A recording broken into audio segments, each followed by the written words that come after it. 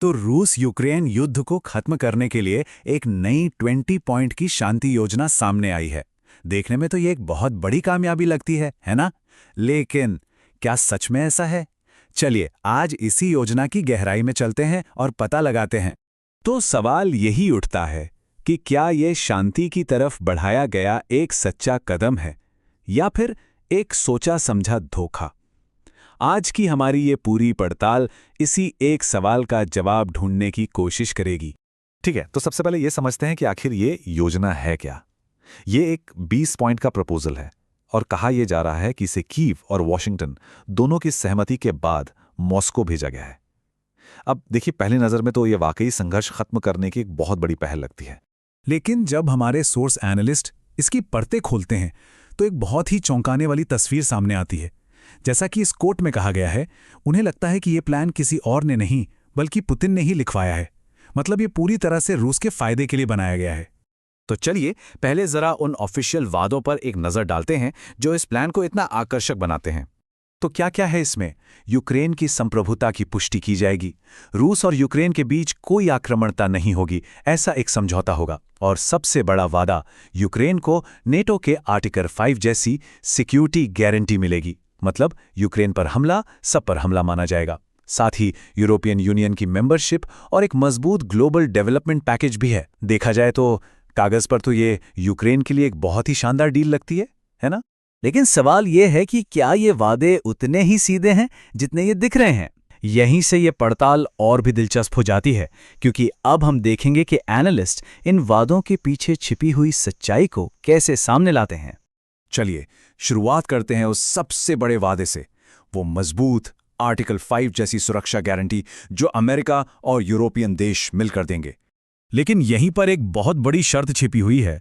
Analyst का कहना है कि इस गारंटी के साथ एक क्लॉज है कि अगर यूक्रेन ने रूसी जमीन पर गोलीबारी की तो ये सिक्योरिटी गारंटी खत्म हो जाएगी, अमान्य मानी जाएगी।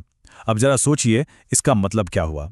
इसका मतलब तो ये हुआ कि भविष्य में किसी भी बात को उकसावा बताकर रूस इस गारंटी को जब चाहे तब रद्द कर सकता है। अच्छा, अगला वादा जुड़ा है प्रतिबंधों यानी सैंक्शन से। कहा गया है कि अगर रूस समझौते को तोड़ता है तो उस पर प्रतिबंध फिर से बहाल कर दिए जाएंगे। अब यहां पर ये जो शब्द है ना, फिर से बहाल, ये बहुत चालाकी से चुना गया है। एनालिस्ट के मुताबिक इसका एक ही मतलब निकलता है कि जैसे ही ये डील साइन होगी, रूस पर लगे सारे मौजूदा सैंक्शंस हटा दिए जाएंगे। सीधी सी बात है, आप किसी चीज को फिर से बहाल तो तभी करेंगे ना जब आपने उसे पहले हटाया हो। ये शब्दों का एक बहुत बड़ा खेल। और अब आता है वो पॉइंट जिसे एनालिस्ट इस पूरी डील का सबसे अहम हिस्सा मानते हैं। प्लान कहता है कि जहां पर आज दोनों देशों की सेनाएं तैनात हैं, उसी लाइन को नई लाइन ऑफ कॉन्टैक्ट मान लिया जाएगा। तो इस शर्त का यूक्रेन के लिए क्या मतलब हुआ? एनालिस्ट का जवाब सिर्फ 2 शब्दों का है, खेल खत्म। मतलब लड़ाई करके रूस ने यूक्रेन की जिस भी जमीन पर कब्जा किया है, वो जमीन अब आधिकारिक तौर पर रूस की हो जाएगी। चलिए अब जरा इस सौदे के आर्थिक पहलू पर आते हैं, जिसे एनालिस्ट एक बिल्कुल ही अलग नजरिए से देख रहे हैं। एनालिस्ट इस इकोनॉमिक पैकेज को गिद्ध वाली अर्थनीति और गिद्ध वाली कूटनीति का नाम देते हैं। ये शब्द तब इस्तेमाल होते हैं जब कोई ताकतवर किसी संकट में फंसे देश की संपत्ति को कौड़ियों के भाव खरीदने की कोशिश करता है। चलिए समझते हैं कि उनका मतलब क्या है।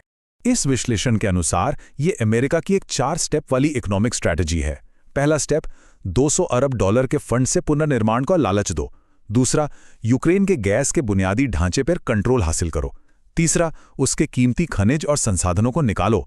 और चौथा और आखिरी स्टेप, एक फ्री ट्रेड अग्रीमेंट के जरिए यूक्रेन के बाजार पर पूरी तरह से कब्जा कर लो। तो इस सब के बाद आखिरी फैसला क्या निकलता है? इस डील में कौन जीत रहा है और कौन हार रहा है? देखिए, एनालिस्ट का आकलन बिल्कुल साफ है।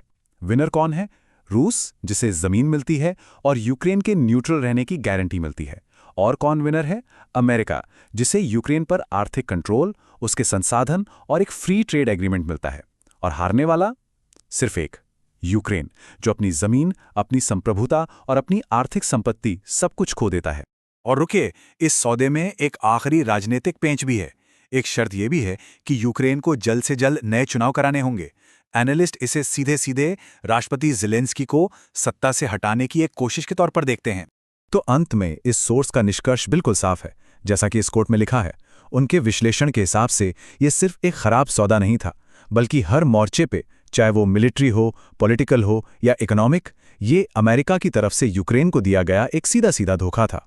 तो ये पूरा विश्लेषण हमें एक बहुत बड़े सवाल के साथ छोड़ जाता है कि जब भी शांति की पेशकश की जाती है तो उस खामोशी की असली कीमत क्या होती है। ये एक सोचने वाली बात है।